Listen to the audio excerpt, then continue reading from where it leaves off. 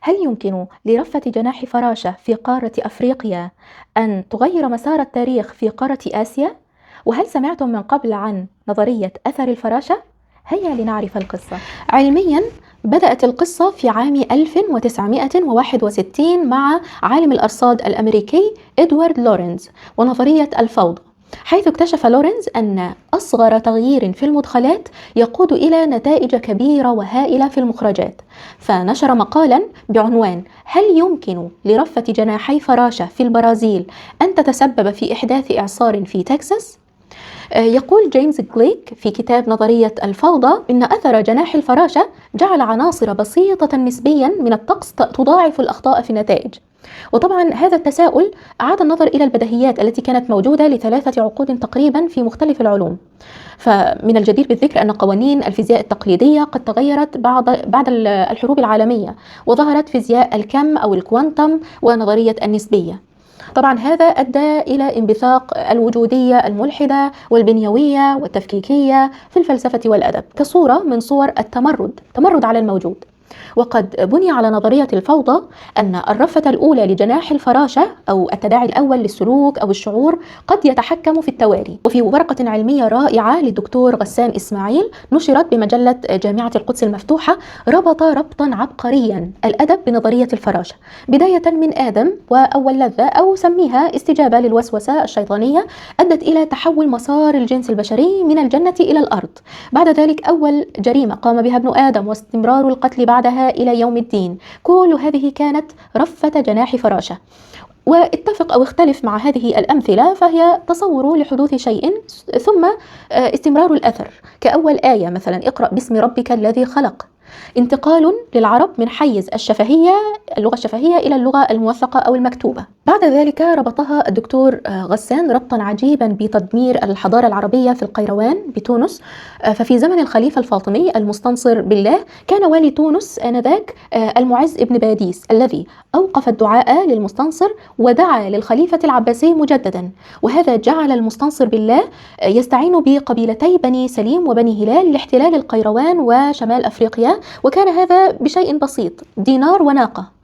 فهجمت القبيلتان على القيروان ومكتباتها، وللأسف يعني كان حدثا مؤسفا، وحتى أرخه ابن خلدون ووثقه ابن رشيق القيرواني في نونيته، وقال فيها كم كان فيها من كرام سادة بيض الوجوه شوامخ الإيمان متعاونين على الديانة والتقى لله في الإسرار والإعلان، ومهذب جم الفضائل باذل لنواله ولعرضه صوان، وأئمة جمعوا العلوم وهذبوا سنن الحديث ومشكل القرآن.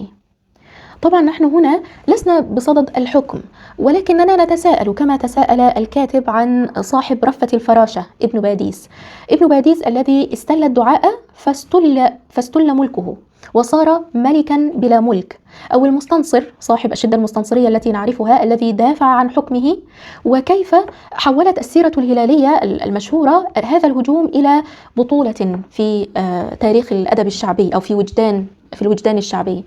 كيف تحولت رفة الفراشة من انتقام شخصي للملك إلى هدم حضاري بعيدا عن الأحكام والاختلاف فيها. وبعيدا عن هذه الأحكام، إذا انتقلنا الآن إلى فقه الإنجاز والتعلم، يمكننا أن نقول إن تطابق أثر الفراشة أو تأثير رفة الفراشة الفيزيائي يتطابق مع القول التركي المشهور دملة دملة جول أولور، بمعنى قطرة قطرة تتكون البحيرة. أنا مي، وهذه رفة جناحي الأول معكم، لعل أثرها يمتد بالفائدة. منذ طفولتي تعلقت كأمي بالفطرة، وكمثل جميع البنات الصغيرات بالفراشات لجمالها. كنت أرى فيها بعدا سيمتريا رائعا ومساحة للفن وتلوين جناحيها.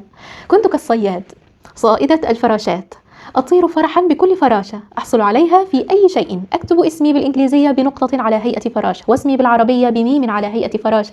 أصمم لعائلتي بطاقات التهنئة بأعياد ميلادهم والمناسبات بفراشة. كانت الفراشة كل زينتي. كل فراشة أراها زينة للشعر كان يجب أن أطلب من أبي مهما كان ثمنها أن يشتريها لي. كبرت معي هذه الفراشات لتتحول إلى عقيدة فكرية حين تعلق اسمي باسم فراشة الأدب مي زيادة التي قادت صالون الأدب واستضافت شعراء وأدباء تغير بهم وعي جيل كامل. ثم صرت أدندن مع محمود درويش: أثر الفراشة لا يرى، أثر الفراشة لا يزول. وصرت أتساءل: ما هو ذاك الأثر؟ ما هو أثر الفراشة هذا؟ كما أخبرتكم في فقه الإنجاز والتعلم، صار هذا منهجا لي لإنجاز أي عمل ثقيل. قطرة قطرة تتكون البحيرة، تصنع الأفكار الصغيرة والمثابرة على العادات اليومية بحيرات العلم والتحول. مهما ضعفت طاقتك، لذلك تذكروا دائما أن تفاصيلكم الصغيرة منذ الطفولة وعاداتكم التي تعطونها وقتكم يوميا ولو قل هي بداية التحولات الكبرى في حياتكم. أنا مي، وهذه رفة جناح الفراشة.